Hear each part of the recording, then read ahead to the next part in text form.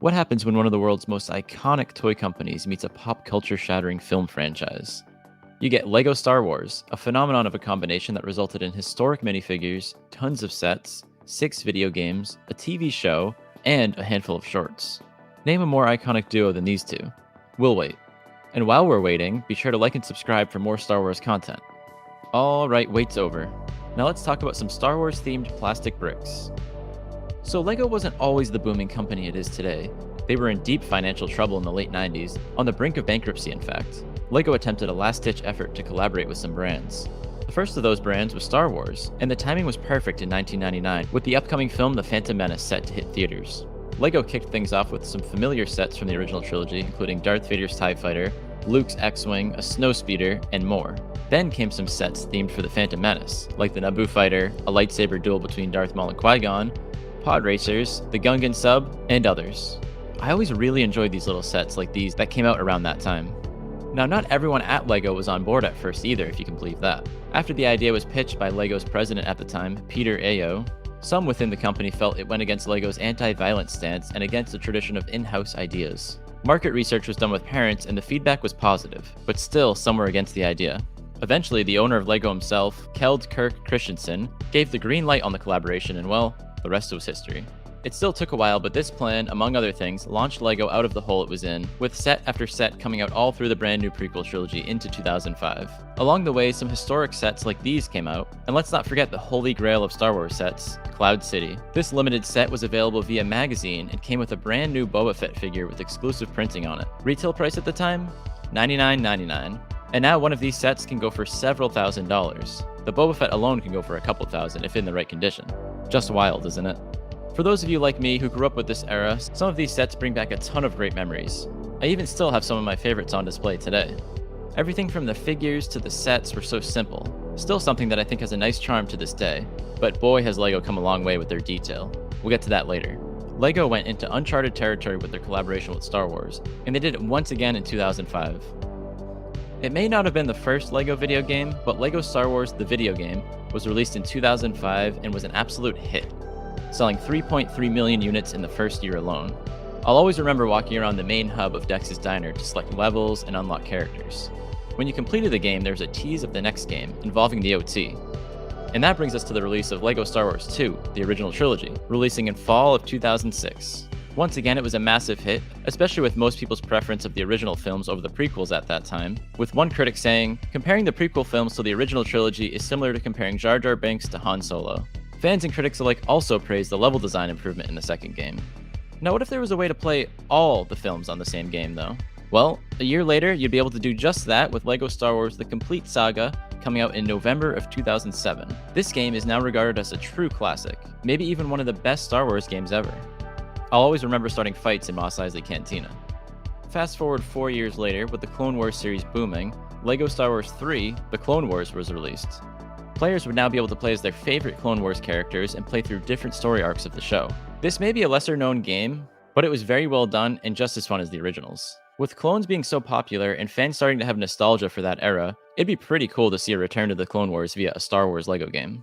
And they could cover the whole show plus the Bad Batch. LEGO Star Wars 3 only covered the first 2 seasons at the time. More on clones later. For now, we have more games to get to.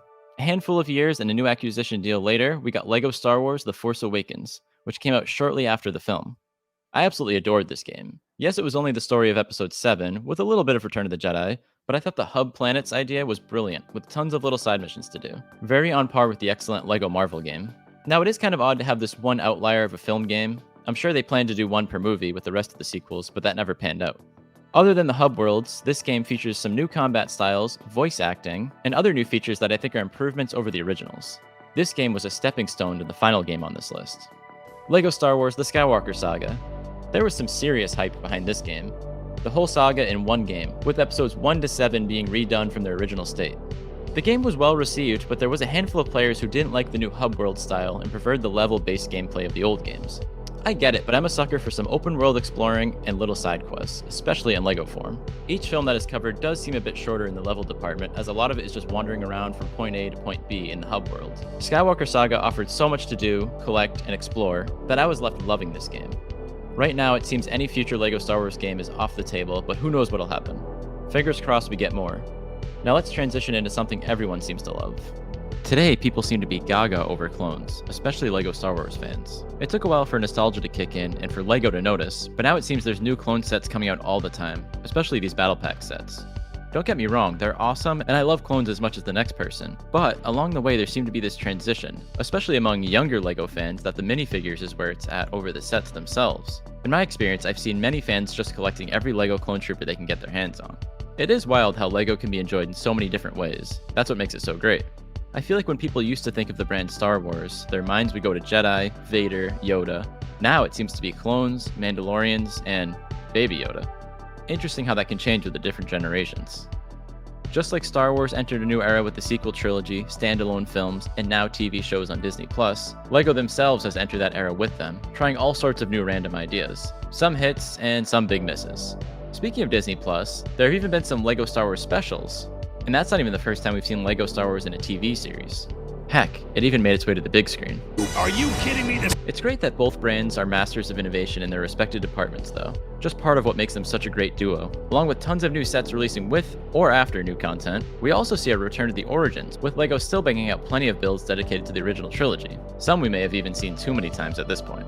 LEGO also began its Ultimate Collector Series, or UCS line, which is directed at adults as they know that's where the money's at. They now release 2 UCS builds per year, and there's been some great stuff recently. As time goes on, in fact, you can see that LEGO is really gearing towards the adult audience, like the diorama line, helmets, and the midi-scale ships like these. It's probably a great business move, and these sets all display really well, but sometimes I think going a little away from their original model of play-size sets feels wrong. So hopefully they keep plenty of stuff for the kids coming. That is how all this began, and honestly, plenty of adults will buy those as well, of course. Now, I myself am a huge LEGO fan and a huge LEGO collector, with plenty of favorite sets, figures, and even boxes. And there are plenty of Holy Grail sets out there that I have yet to get my hands on, and some, let's be real, I'll never get my hands on. It's awesome to see how this all began in 1999, and it's crazy to think that it almost didn't even happen. From the Phantom Menace origins, to Cloud City Boba, to video games, to TV specials, and the beautiful UCS line. As I always say, LEGO and Star Wars are the perfect match, like peanut butter and jelly, 2 peas in a pod, whatever you want to call it. Be sure to like and subscribe, and while you're at it, tell us some of your favorite LEGO memories in the comments below. May the Force be with you, and I will see you on the HoloNet.